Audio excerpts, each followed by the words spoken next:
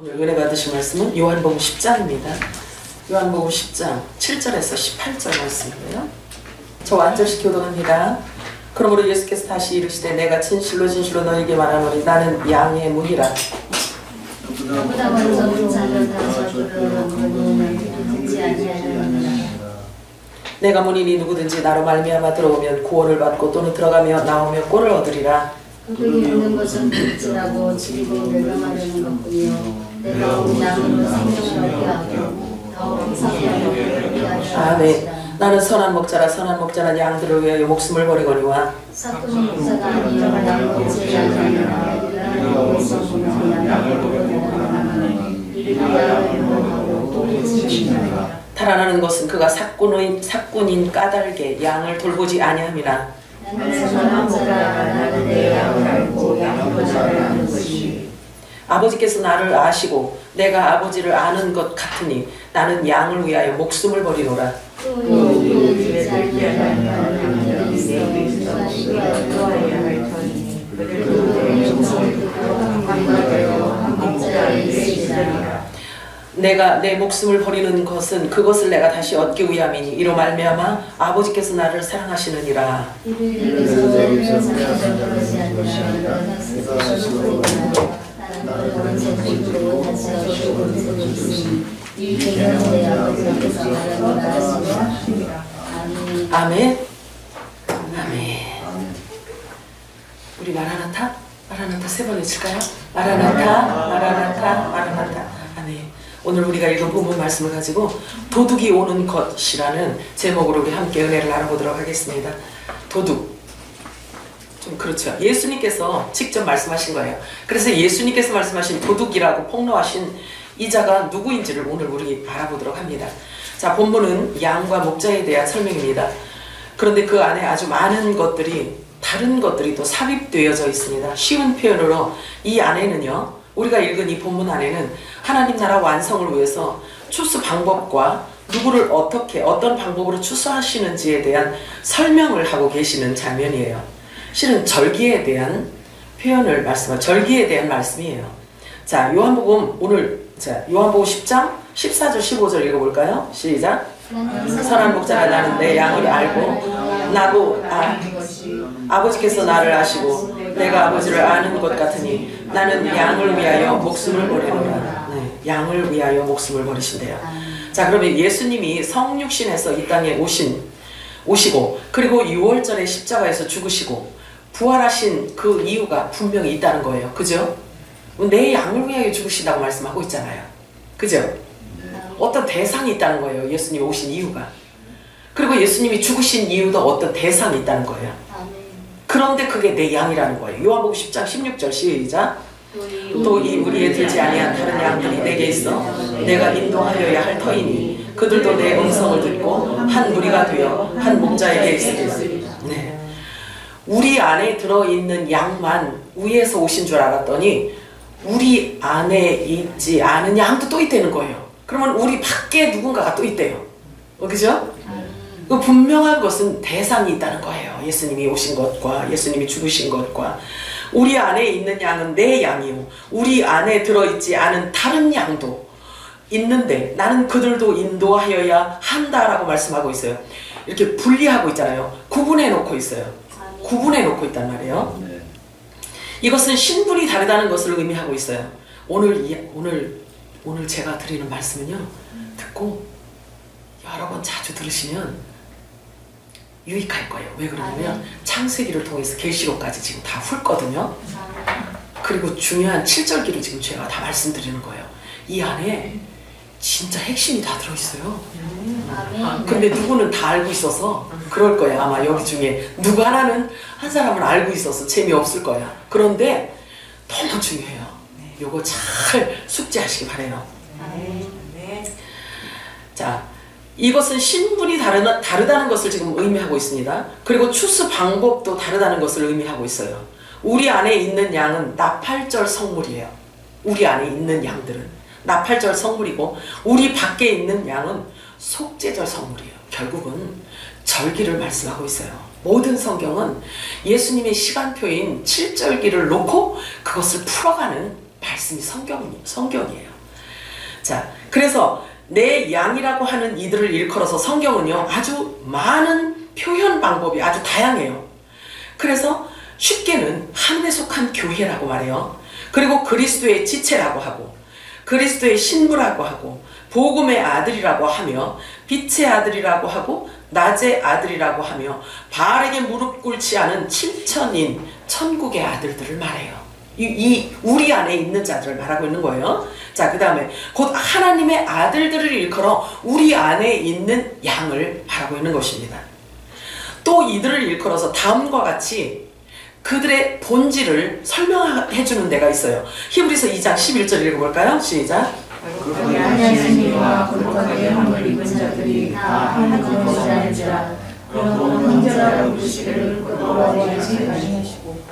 이건 뭘 얘기하냐면요, 우리가 나타난 이 물리적인 세상에서의 표현을 제가 말씀을 드린다면, 한 어머니 뱃속에서 나온 자들을 일컬어 형제라고 하잖아요. 그죠? 그런데 예수님께서 오신 그 근원지에 저와 여러분이 있었다는 거예요. 그래서 저와 여러분의 아버지가 하나님이라는 거예요.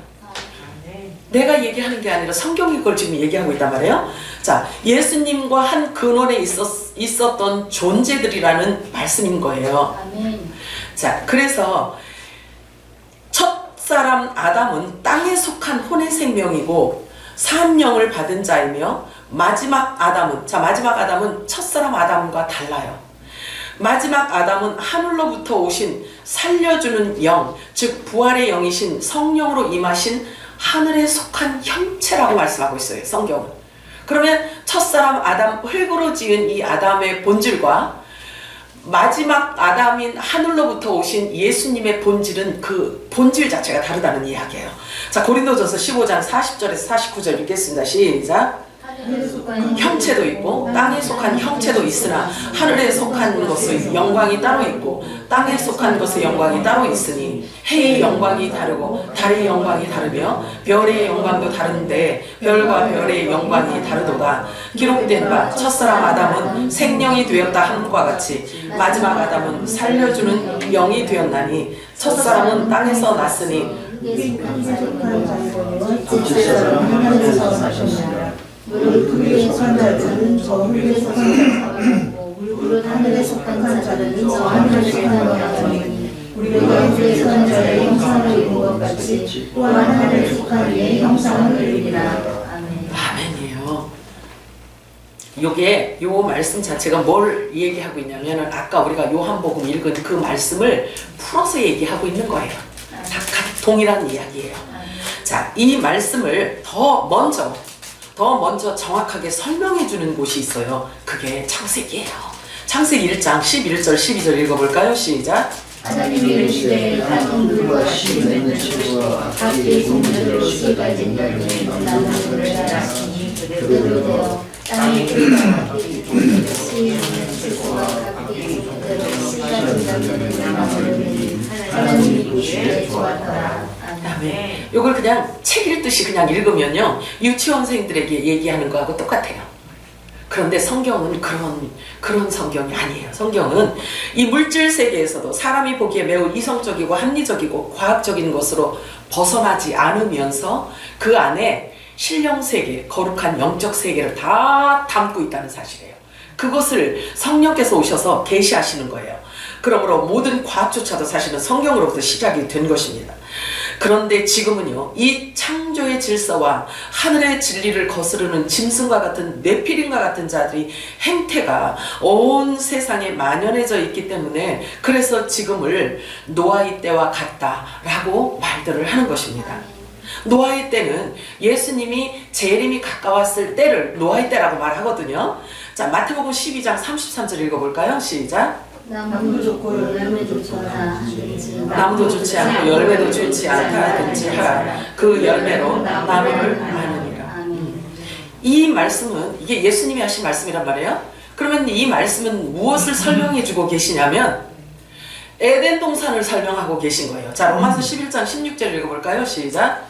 제사는 처음 익은 곡식가루가 거룩한즉 떡덩이도 그러하고 뿌리가 거룩한즉 가지도 그러하니라. 이거는 율법 레위기를 설명하고 있는 말씀이에요. 자, 요한복음 14장 20절 읽어볼까요? 시작. 나는 내가 아버지 안에 너희가 내 안에 내가 너희 안에 있는 것을 너희가 알리라. 이 말씀은 뭘 의미하냐면요, 에덴 동산의 생명나무 안에 우리가 들어있다는 것을 이미 선언해 놓고 있는 말씀인 거예요. 자, 채소를 심었는데 생명나무 열매가 열릴 수가 없는 것처럼 반대로 생명나무에서 채소가 열릴 수 없다는 것을 말하고 있는 것입니다. 그러므로 이 말씀들은 모두 본질을 다루고 있다는 이야기죠. 본질을 다루고 있어요.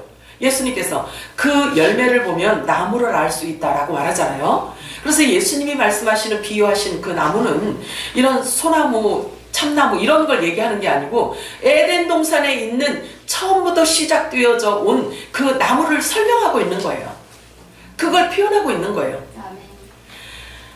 자, 그래서 마태복음 7장 16절에 보니까 그들의 열매로 그들을 알지니 가시나무에서 포도를 또는 엉겅퀴에서 무화과나무를 딸 수 있느냐? 없다는 얘기예요. 그죠? 이 말씀은 창세기 3장 18절 말씀을 풀어서 설명해주고 있는 거예요. 자, 그리고 바울은 이 말씀을 풀어서 히브리서 6장 8절을 통해서 또 설명해주고 있어요. 그러니까 성경은 알파와 오메가라는 말씀이 맞단 말이에요. 창세기를 풀면 계시록까지 같이 가요. 그러면 계시록을 알면 성경 전체를 알게 되는 거예요. 그래서 알파와 오메가 말씀인 거예요. 처음과 시작과 나중이라는 거예요. 시작과 끝이라는 거예요. 예수님의 말씀은요, 시작했는데 이미 완성되어진 것을 기록하고 있단 말이에요. 그걸 일컬어 알파와 오메가다라고 말씀하십니다. 자, 성부, 성자, 성령과 신부가 하나라는 것을 말하고 있는 거예요. 여전히 지금도 하나라는 것을 말씀해 주는 것입니다. 피조물인 첫사람 아담에게 불어 넣어주신 산 영을 받은 혼의 생명이 아니라는 거예요. 복음의 아들들은, 영의 아들들은. 그래서 예수님과 그 생명의 본질이 같은 영의 생명이라는 말씀이에요. 여러분들이 그냥 쉽게 여러분들 안에 들어와서 이해가 안 되어도요, 담아놓으세요. 그러면 어느 때든지 설교를 통해서 그거를 풀어줘요. 그러니까 그냥 잡수세요. 잡수시면 돼요. 자, 사과나무를 심고 있는데 열심히 갖고 왔어요. 근데 갑자기 사과나무에서 도토리가 열릴 수 있다 없다?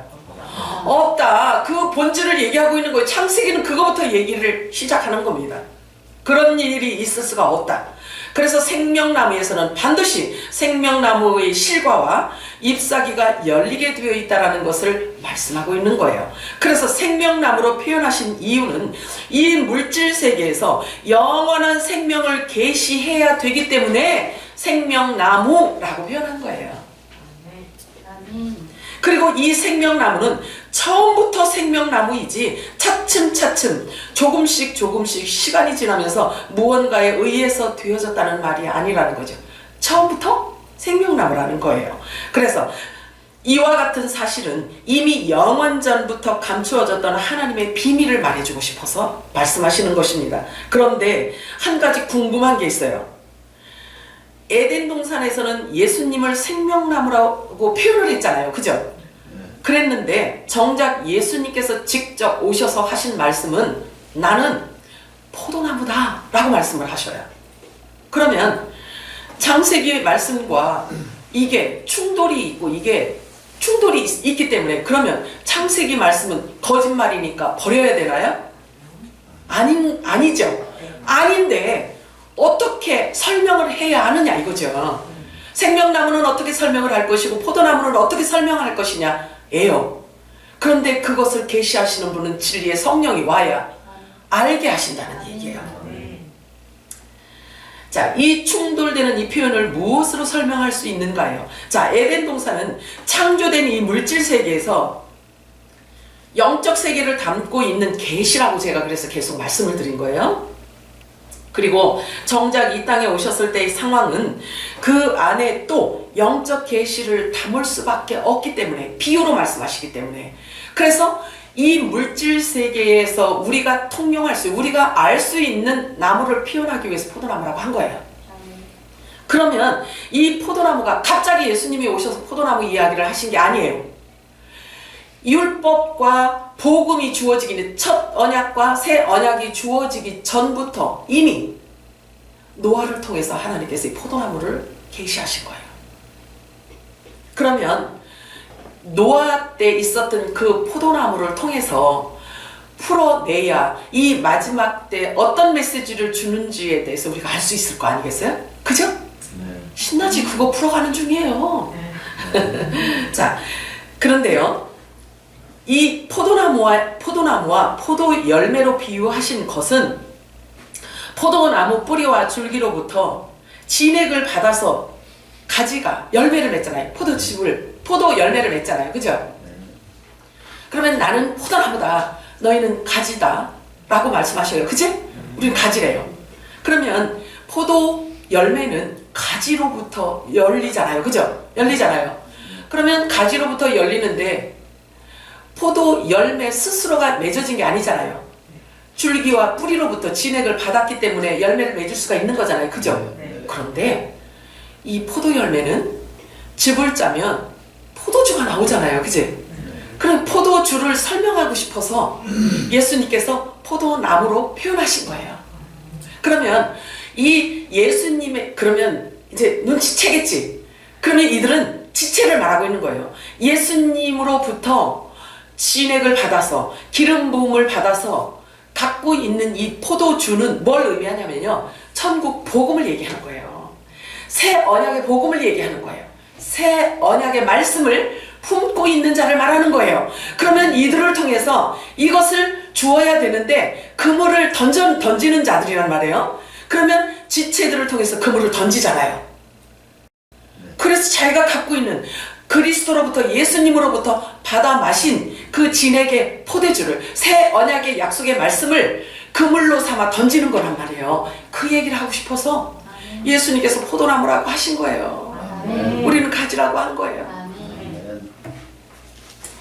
자, 노아가요, 물 심판이 있고 나서 노아와 7 식구들만 살아남았을 때 가장 먼저 무슨 농사를 시작했냐면요, 포도나무를 심었어요.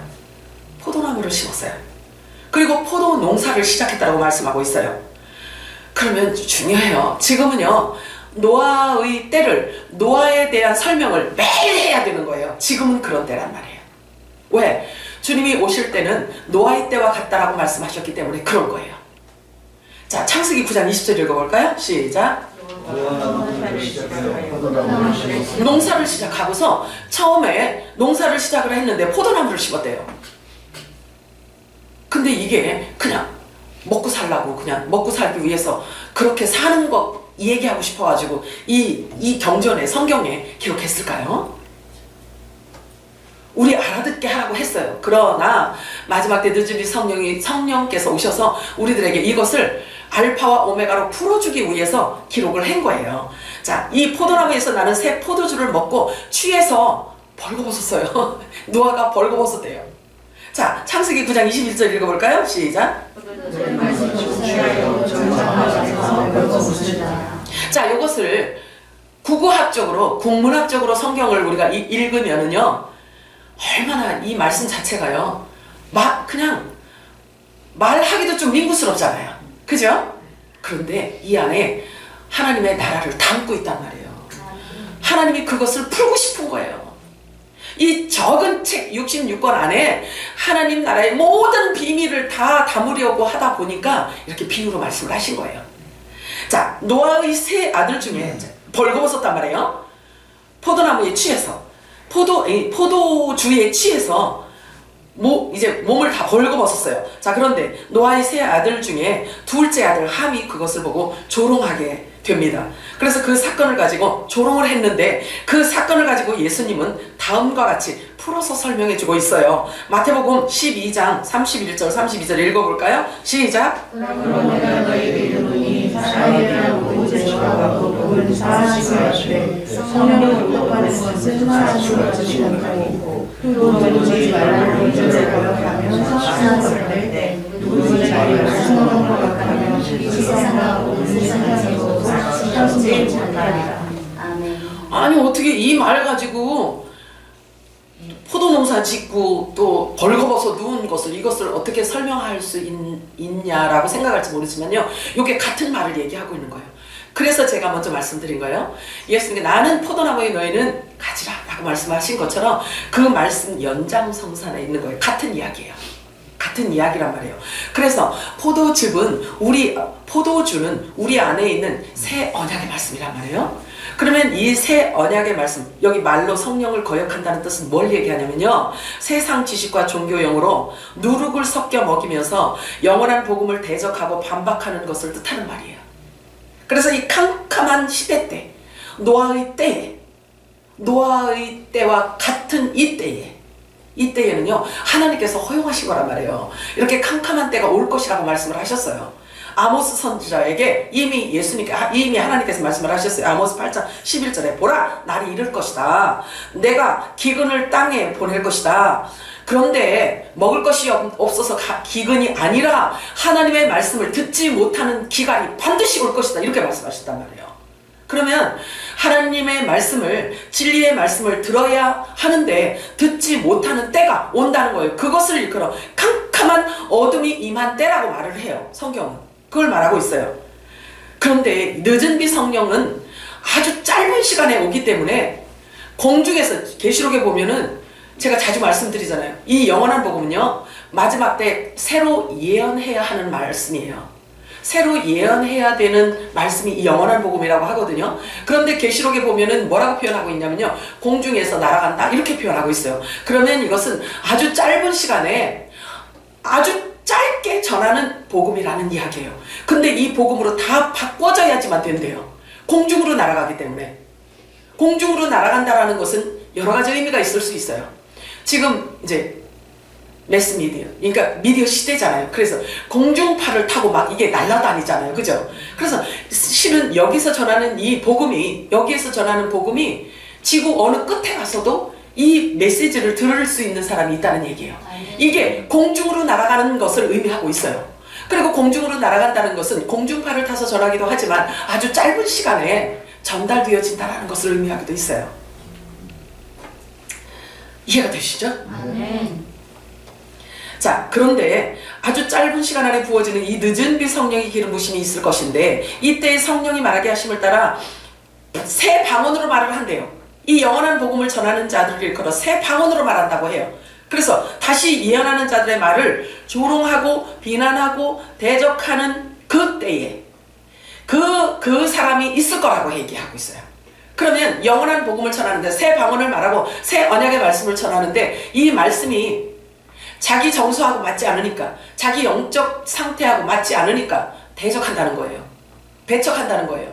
그리고 조롱한다는 거예요. 흉본되는 거예요. 그러면 그들에게 무엇이 임하냐면요, 이 세상과 그가 생전에 죽기 전에, 그리고 오는 세상에서 결코 죄를 사함받지를 못한대요. 그러니 그러니까 영원한 복음이 전해지는 것 자체가 뭘 의미하냐면요, 심판을 의미하는 거예요. 그런데 이 영원한 복음이 그러니까 다시 예언하는 이 영원한 복음이 들려지는 자에게는 영원한 구원이 임하는데, 이 말이 들려지지 않는 자에게는 영원한 심판이 이르는 거예요. 이해가 되시나요? 그래서 이 영원한 복음, 다시 예언하는 이 복음이요, 듣는 것도 중요하고 말하는 것도 중요한 거예요. 실은. 근데 이 말이 들려지는 자는 아들이기 때문에 듣는다는 거예요. 아까 우리 읽은 본문 말씀, 우리 안에 있는 양들. 우리 안에 있는 양들은 예수님이 무슨 이야기를 하면요, 무조건 다 받아먹는데, 그리고 예수님이 하는 말이 뭔지를 안대. 서로 교통이 이루어진다는 거예요. 교통 정도겠어요? 한 몸인데. 그죠? 자, 베드로전서. 자, 그러면 영원한 복음이 전달되어지는데도 불구하고 이게 안 들린다? 그러면 심각하지. 위험한 거예요. 왜냐면 모르면, 깨닫지 못하면, 내가 알지 못하면 순종을 할 수가 없잖아요. 그죠? 그런데 성경에는 순종할 때, 하나님의 말, 영원한 복음을 듣고 순종할 때 사람의 영혼이 깨끗해지고 거룩해진대요. 그러니 듣고 역으로 나가는 메시지라면 이 안으로 들어가지 않는다면 이 안에 깨끗함과 거룩함이 주어지지 않는다는 얘기예요. 베드로전서 1장 22절 읽어볼까요? 시작.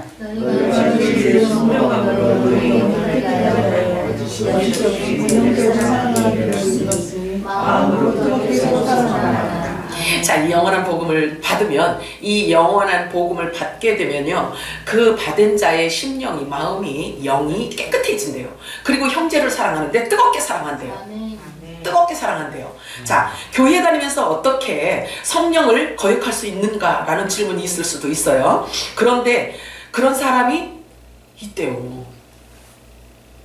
성령은 하나님이시잖아요. 성령은 하나님이신데 어떻게 누가 감히 하나님을 거역하느냐, 이런 생각이 들 수 있는데요. 깨닫지 못하는 것은 순종을 못하는 거예요. 거역하는 거란 말이에요. 하물며 대적한다고까지 말씀하고 있어요, 성경은.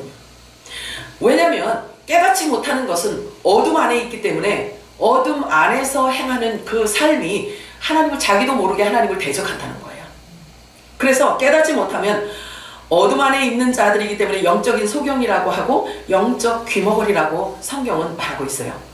자신은 열심을 내서 평생 하나님을 섬긴다고 하는데 그 결과는 성령님을 거역하고 대적하면서도 자신은 전혀 그것을 모른다는 말이에요. 심각하지.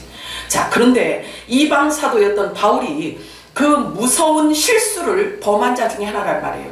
그렇기 때문에 자기가 범한 그 실수를 계속 이야기를 하는 거예요. 계속. 자, 빌립보서 3장 4절에서 6절 읽도록 하겠습니다. 시작. 그러나 육체를 신뢰하여 만일 누구든지 다니가 육체를 신뢰할 것이 있는 줄 생각하며 나는 더욱 그러하니 내가 빨리만에 헷갈려 갖고 이스라엘 족속이요 내가 말로 예수님이 이름이요 물고는 갈색이며 열심을 능을 반대하고 율법을 흥에 없는 자라. 요게 예수 안으로 들어오기 전에, 이제 거듭나기 전에 바울의 정체성이에요. 모든 사람들이 부러워하는 자였다라는 거예요. 이 엄청난 이 스펙을 갖고 있는 사람이란 말이에요.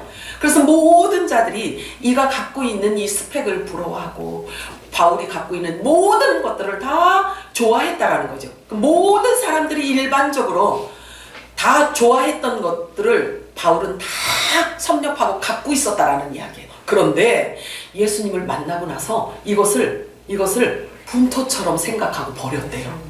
이걸 다 분토와 같이 생각하고 버렸대요. 그런데 비단 보자기에 싸서 버린 게 아니고 그냥 분토처럼 버렸는데 사람들은 그것을 찾아 헤매고 있어요. 이것을 다시.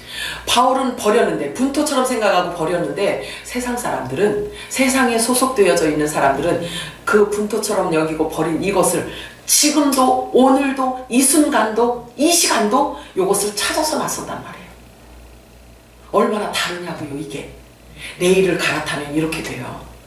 겉모양은 같은데 영적으로는 전혀 다른 것을 얘기하고 있는 거예요. 자, 바울이 자신이 범한 실수를 기록한 것은요, 우리에게 교훈이 될 뿐만 아니라 예수님께서도 그 부분을 다음과 같이 그런 일들에 대해서 지금 설명해 주고 있는데요. 보실까요? 요한복음 2장 14절에서 17절 읽겠습니다. 시작. 성전에서 소화하여 여기를 한 사람들과 금통가는 사람들이 앉아있는 것을 보고 그분으로 채찍을 받은 사람 양이나 사기나 서로서 배치하시고 돈 받고 사람들의 돈을 수수하며 상을 없으시고 이들이 받은 사람들에게 이르시되 이것을 속에서 가져가라. 내 아버지의 주고 장사하시는 자들이 알라하시니 저희들이 성경하시네 주의 제사상 사모하시니 나를 삼키리라는 것을 기억하라. 아멘.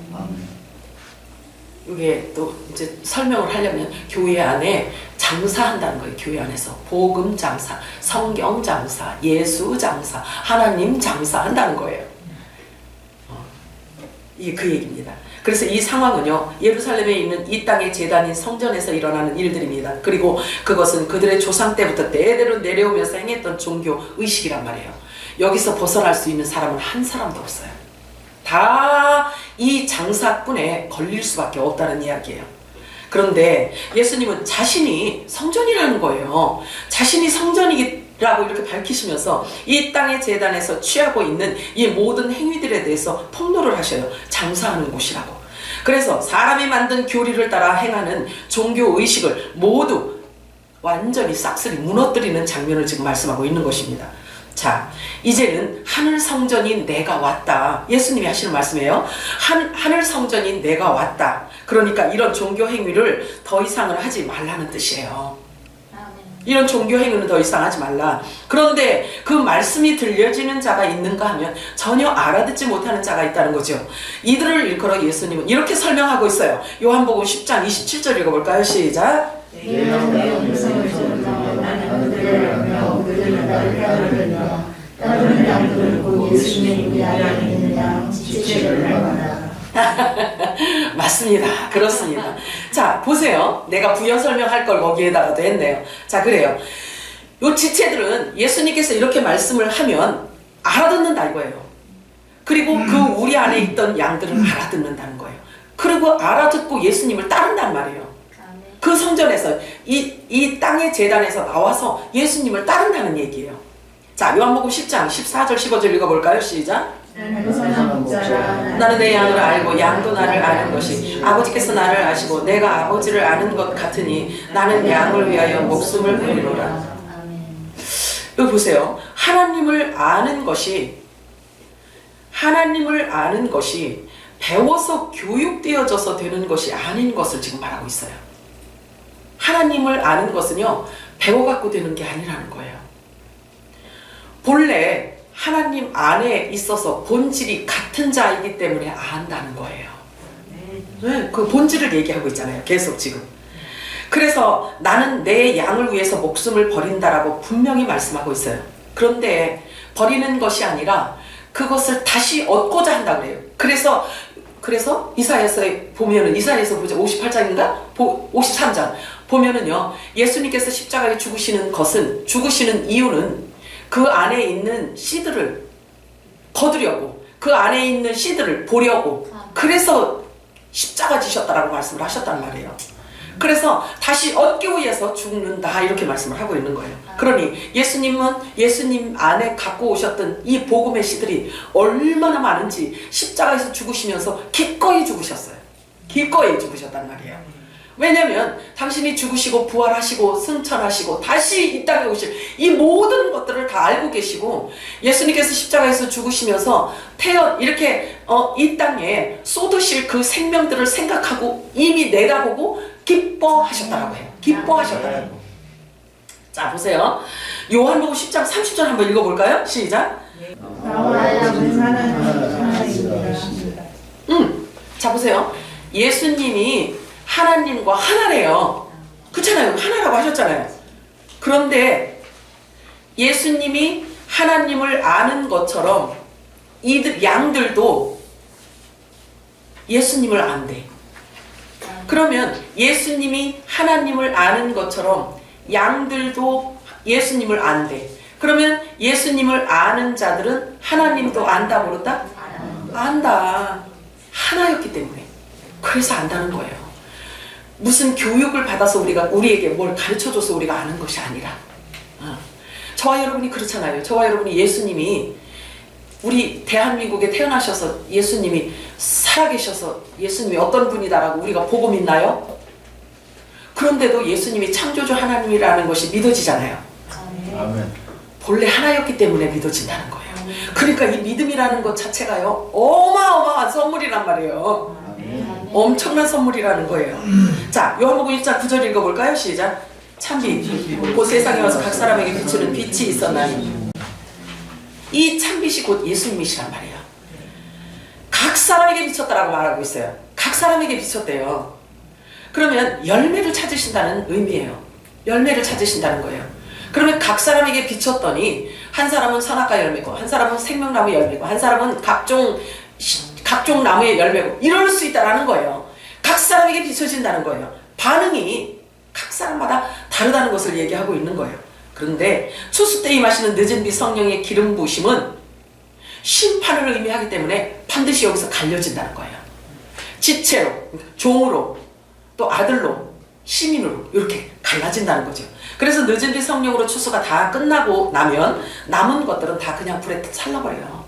그래서 후 3년, 그러니까 7년 대환란 후 3년 반에 그냥 다 집어던져요. 그러면 그때는 불에 다 태워져서 없어진단 말이에요. 추수를 거두고 나면. 농부들도 마찬가지잖아요. 거두고 나서 딱 이렇게 곡물 딱 걷어들이고 나면 다시 논에 가서 이렇게 막 이러고 이러지 않잖아요. 마찬가지예요. 주님도 아들과 종과 시민을 딱 추수하고 나면요, 나머지는요 불 가운데로 그냥 집어던져요. 다 태워버려요. 마태복음 3장 12절 읽어볼까요? 시작. 손에 길을 들고 자기의 형상을 정하사 알고 구하고 이 쭉정이가 무슨 의미인지 아세요? 이 쭉정이가요, 하나님 어린 양의 생명책에 이름이 기록되어져 있는 자예요. 이름이 기록되어져 있는데도 불구하고 바알 신에게 무릎을 꿇고 절하였기 때문에 그 어린 양의 생명책 이름에서 제외된 자를 쭉정이라고 하는 거예요. 이 바알 신이 뭐냐면 돈신이에요. 명예와 돈이에요. 여기에 이 미혹에 빠져 있는 자들은요, 생명책에서도 지워진다. 이게 쭉정이에요. 자, 이들은 7년 대환란 기간 후 3년 반 동안에 아들들은 공중으로 피신시켜놔요. 하나님이 공중으로 피신시켜놓고, 종들은 하나님께서 예비한 광야 피난처로 옮겨놓으시고, 나머지는 모두 짐승에게 던져줘요.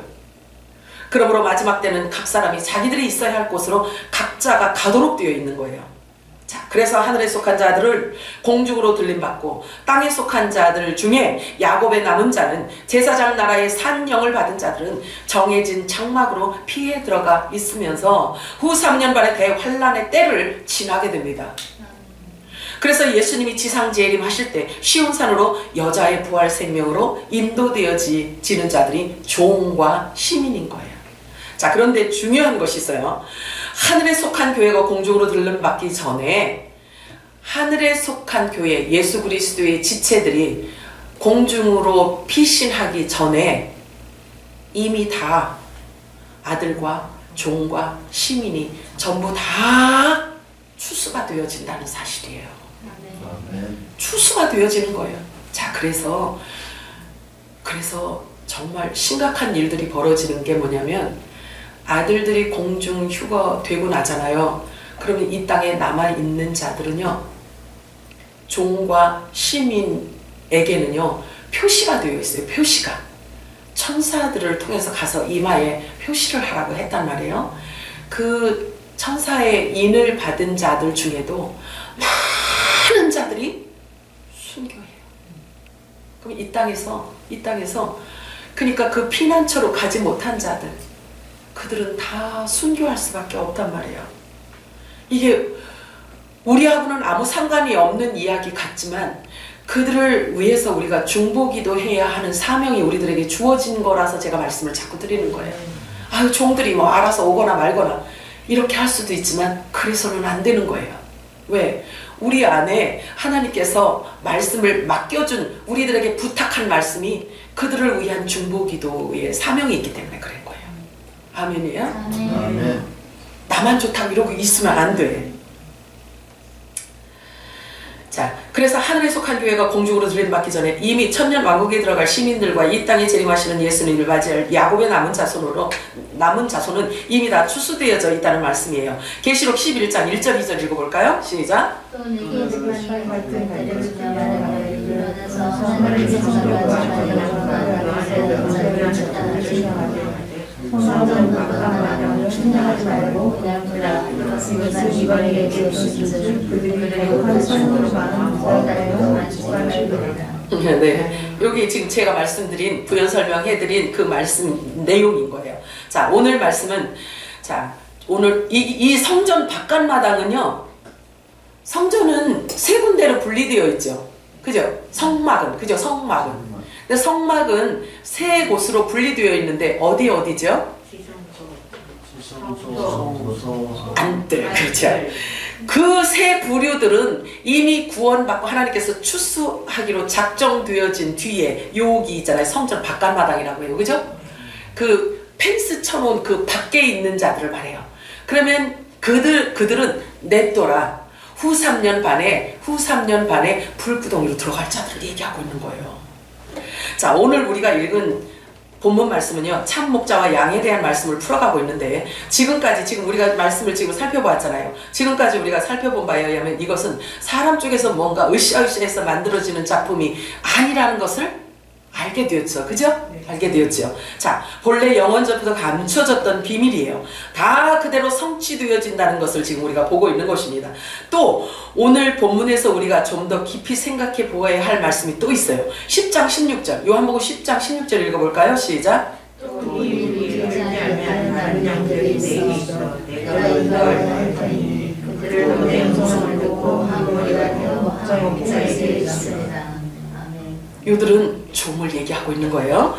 자, 그래서 예수님께서 나와 아버지는 하나니라. 그리고 내 양은 내 음성을 들으며 나는 그들을 알고 그들도 나를 알고 따른다고 하셨는데, 이렇게 하나님과 하나가 된 예수님께서 한 우리 안에 있는 자가 참 목자의 양인데 그 우리 안에 들지 않은 다른 양도 있다고 말씀하십니다. 그렇다면 이들은 누구를 말하는가? 제가 계속 말씀드렸어요. 자, 보면은 이 말씀이 창세기부터 계속 나오는 말씀이에요. 야곱은 사랑하고 에서는 미워하였다는 말씀 여러분 본 기억 나죠?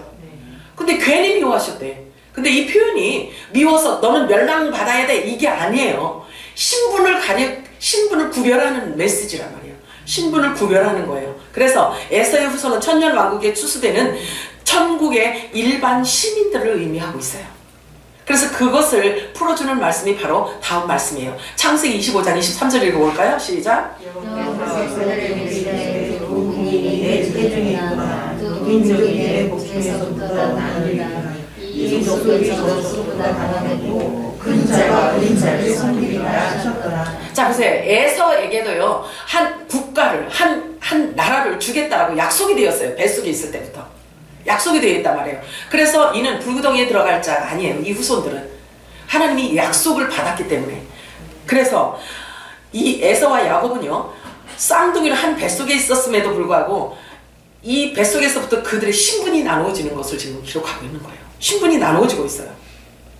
야곱은 이 땅 제사장 나라의 조상이에요. 그러므로 하나님 나라의 종들을 뜻합니다. 그러므로 그들은 생명나무의 실과가 아니라 잎사귀로 가지에 접목되어져서 영원한 생명의 나라로 입성하는 자들을 말하고 있는 거예요. 그렇다면 에서가 섬기는 자가 야곱의 족속이라고 한다면 에서는 일반 천국 시민을 뜻하는 신분으로 보아야 하는 것입니다. 그래서 염소로도 볼 수 있어요. 염소로도 표현하고 있어요. 성경에 보면 염소로도 표현하고 있습니다. 예수님을 염소로도 표현한 곳이 있단 말이에요. 자, 그러면 선악을 알게 하는 나무 실과 중에 선의 열매를 말할 수 있는 것입니다. 레위기 16장 8절에서 10절 읽어볼까요? 시작.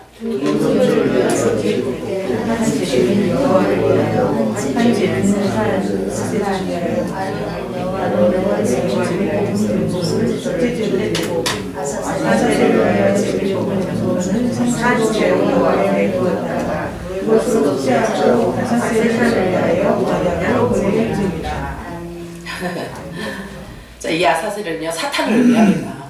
사탄을 의미하는데요, 두 염소 중에 선악과 나무 실과를 지금 얘기하고 있어요. 그래서 이게 지금 속죄절, 그러니까 속죄절 성물인데 두 염소를 놓고 한 염소는 아사셀에게 그냥 광야로 보내요. 그러면 사단에게 그냥 넘긴 거예요. 그러면 아까 우리가 성경을 읽어보면서 우리가 확인해 봤잖아요. 그죠? 후 3년 반 동안에 이 쭉정이들을 얘기하는 거예요. 쭉정이들은 그냥 광야로 내버려요. 그럼 내버리면 불에 탄단 말이에요. 후 3년 반은 불심판이라고 성경에 기록되어 있잖아요. 그렇듯이 지금 요 말씀은 그걸 얘기하고 있어요.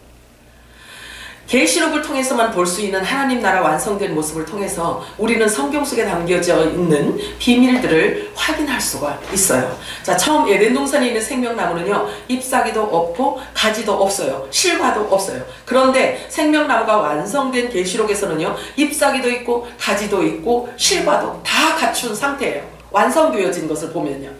그리고 예수님께서 제자들에게 말씀하신 것 가운데 보좌에 대한 말씀을 하신 곳이 있어요. 보좌. 하나님 나라 보좌에 대해서 말씀을 하셨어요. 마태복음 19장 28절 읽어보실래요? 시작. 예수께서 내가 진실로 너희에게 이르노니 세상이 자국에 되어 인자가 자기 영광을 인자야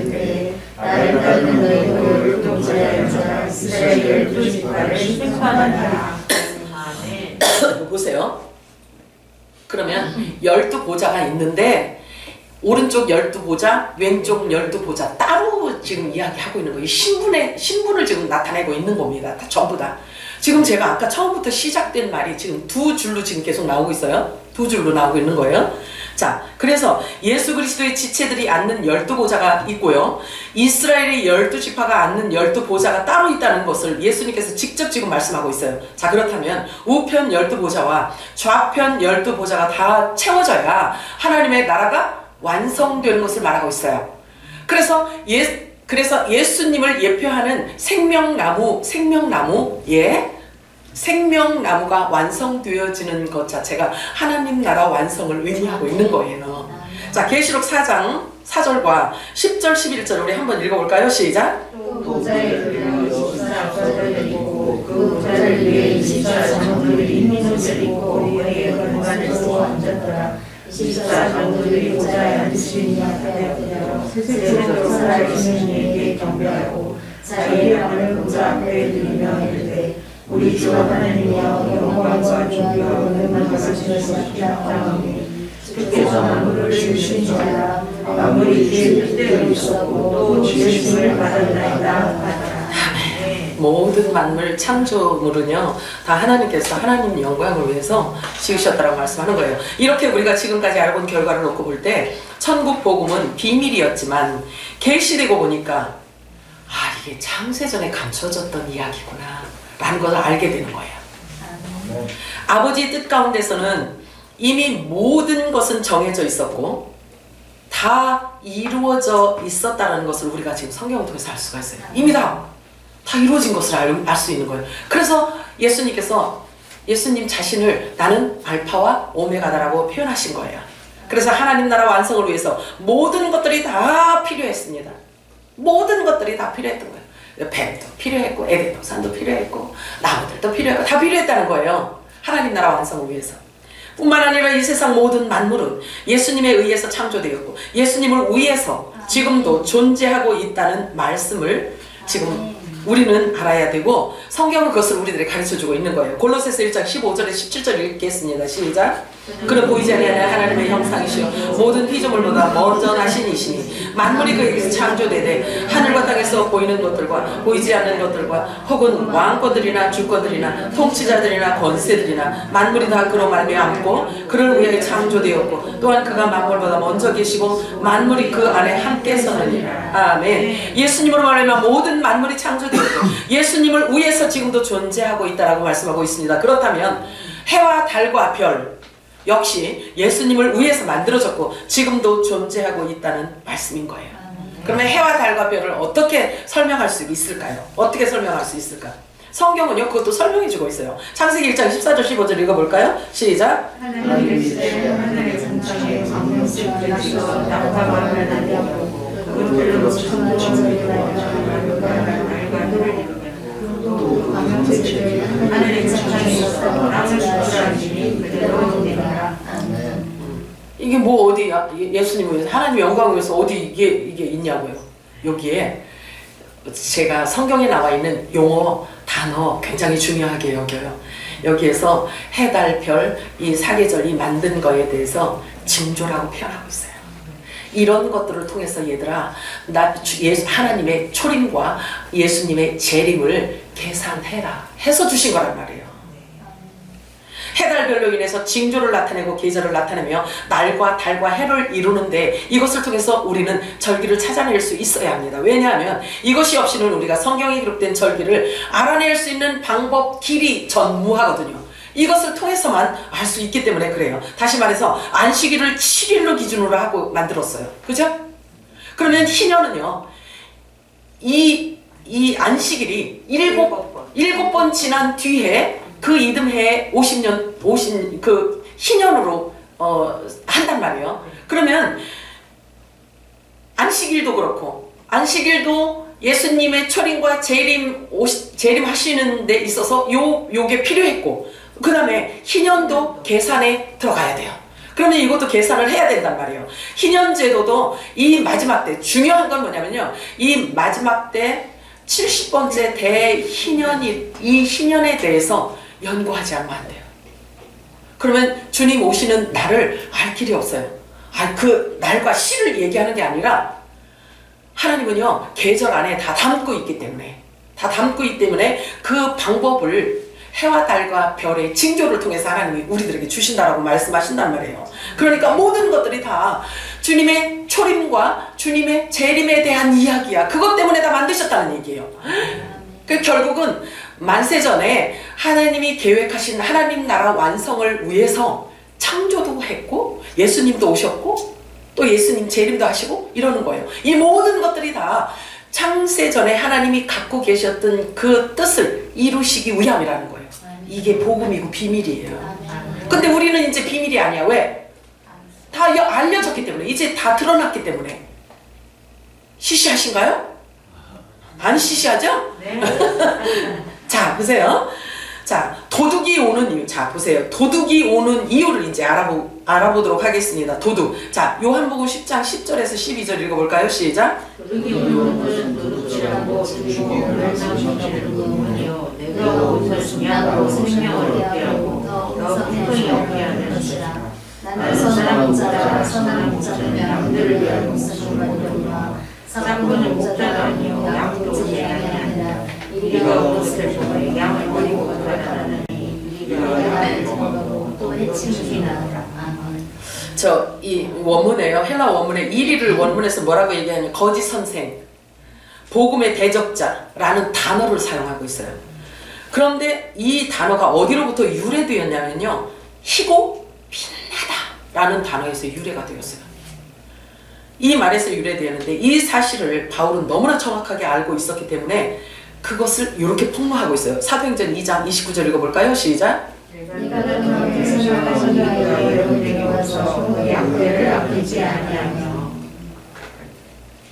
자, 그래서 이 이리는요 거짓 선생, 복음의 대적자를 말하고 있습니다. 자, 고린도후서 11장 13절에서 15절 읽어볼까요? 시작. 그런 사람은 속이는 일꾼이니 자기를 그리스도의 사도로 가장하는 자들이니라. 이것은 이상한 일이 아니니라. 사탄도 자기를 광명의 천사라고 가장하나니 그러므로 사탄의 일꾼들도 자기를 의의 일꾼으로 가장하는 것이 또한 대단한 일이 아니니라. 그들의 마지막은 그 행위대로 되리라. 대단한 일이 아니래요. 그러면 뭘 의미하냐면요, 지극히 자연스럽게 그렇게 한다는 거예요. 이렇게 광명한 천사의 모습. 자, 그래서 거짓 선생, 대적자라는 이 단어가 희고 빛나다라는 이 단어에서 이게 유래된 말을, 그 단어를 사용한단 말이에요. 자, 그런데 보세요. 주님의 초림과 재림과 창세전에 하나님이 갖고 계셨던 그 비밀, 또 마지막 때 노아 때 어떤 일이 일어날 것이며 이러한 말을 말해주지 않는 자가 거짓 선생이래. 성경은 그걸 얘기하고 있어요. 그 말을 해주지 않는 자가 일컬어 일이 또 도적이래요. 아이고 주여. 그래서 나는 도적이 되면 안 돼서 이렇게 하는 거야. 자, 예레미야 23장 도적을 또 이렇게 설명하고 있어요. 예레미야 23장 30절에 32절 시작. 여호와의 말씀이라. 그러므로 내 말을 도둑질하는 선지자들을 내가 치리라. 여호와의 말씀이라. 보라, 그들이 혀를 놀려 여호와가 말씀하셨다 하는 선지자들을 내가 치리라. 여호와의 말씀이니라. 보라, 거짓 꿈을 예언하여 이르며 거짓과 헛된 자만으로 내 백성을 미혹하게 하는 자를 내가 치리라. 내가 그들을 보내지 아니하였으며 명령하지 아니하였나니 그들은 내 이 백성에게 아무 유익이 없느니라. 여호와의 말씀이니라. 성경이 말하는 도둑을 봤더니 하나님이 하신 말씀을 갖고 장사하는 자들을 도둑이라고 해요. 그런데 그것은요, 그 말은 아무런 유익이 없다는 거예요. 아무런 유익이 없다는 것은 뭘 얘기하냐면요, 주님 오실 때가 가까워서 노아에 대한 설명, 노아 시대의 설명, 주님의 재림에 대한 설명, 영원한 복음, 다시 예언해야 하는 이 말씀을 전해줘야 되는데 유익이 없대요. 전혀 유익이 없는 말을 한대요.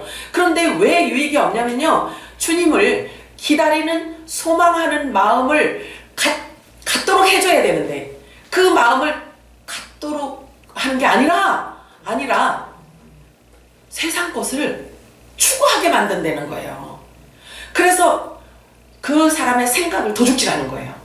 성경 말씀을 갖고 사람의 마음을 도둑질해서 그 사람의 마음이 어디로 향하게 하냐면 세상을 향하게 한다는 거예요.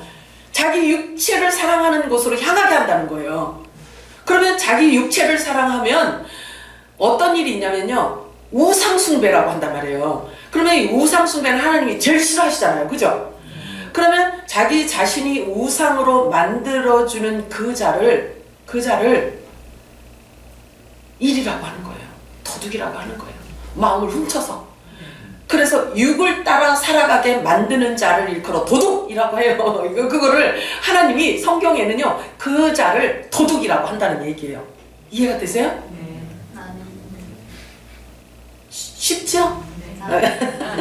자, 그래서 주님 오실 날을 이야기해주고 준비해야 되고, 그게 마태복음 25장에 있는 10처녀 중에 슬기로운 5처녀처럼 깨주라는 거예요. 깨주라는 거예요. 그래서 메시지를 주어서 그들이 기름 등불 준비하라는 거예요. 등은요, 우리 육체를 얘기해요. 육체. 그러면 기름을 준비해야 되는데 다시 예언하는 영원한 복음을 기름이라고 해요. 그러면 이 등에 그 기름을 갖고 있는 것을 일컬어 포도 속에 있는 그 즙을 얘기하는 거예요. 그러면 열매, 예수 그리스도 몸에 붙어 있는 실과 있잖아요. 그죠? 그럼 생명나무 실과를 저와 여러분을 일컬어서 실과라고 한단 말이에요. 그러면 그러니까 예수님이 오셔서 표현하기를 포도나무와 가지로 우리를 표현하고 있잖아요. 그죠? 그래서 우리 안에 담겨져 있는 예수님과 하나를 얘기해요. 하나를. 예수님과 하나 되었기 때문에 머리로부터 받은 그 기름 부음이 곧 영원전부터 숨겨져 있는 그 비밀을 얘기하는 거예요. 그게 복음이에요. 복음. 그 복음. 자, 그 복음 안에는요, 예수님이 오신 이유, 예수님이 죽으신 이유, 부활하신 이유, 다시 오실 예수님, 또 누가 신부인지 이런 것들을 알아서 얘기해주는 이것이 기름이란 말이에요. 아멘이죠? 아멘. 그러니 이 이야기를 주일마다 들어도 여러분 있죠? 할 말 없어. 맨날 한 얘기만 또 하냐고. 그럼 우리가 그게 기름인데, 그리고 그게 우리 신부들이 입어야 할 세마포 옷인데, 그렇잖아요?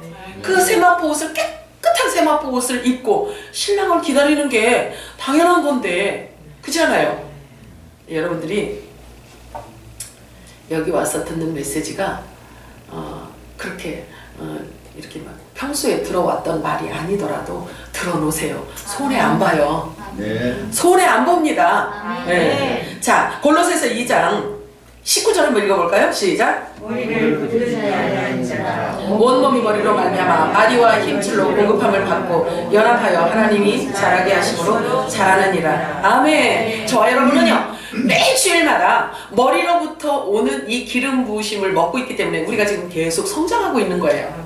계속 성장하는데 어디까지 성장하냐면요, 머리까지, 그리스도까지 자라가도록 되어 있어요. 이것은 왜? 주님과 한 몸이기 때문에 그렇습니다. 자, 교회의 머리는 그리스도이신데 결국 도둑은요, 그리스도에 연합되어져 있지 않은 자를 말합니다.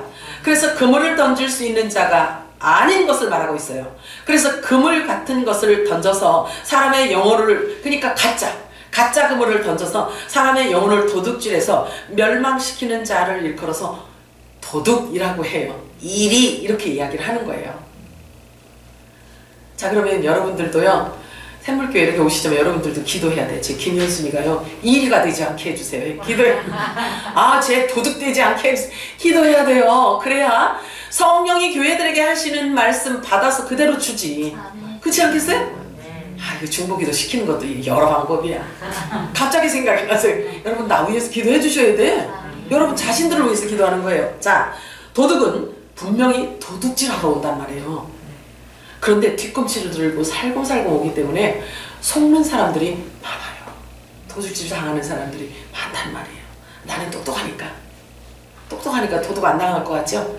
이 미혹의 영은요, 미혹의 영이라는 것은, 이 영적인 미혹의 영을 갖고 있는 이들은요, 엄청나단 말이에요.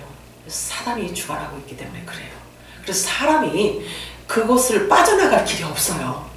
그것을 빠져나갈 길이, 미혹의 영은 그렇게 강하단 말이에요. 기도합니다. 사랑의 하나님 아버지 참으로 고맙고 감사드립니다. 하나님께서 오늘도 저희들에게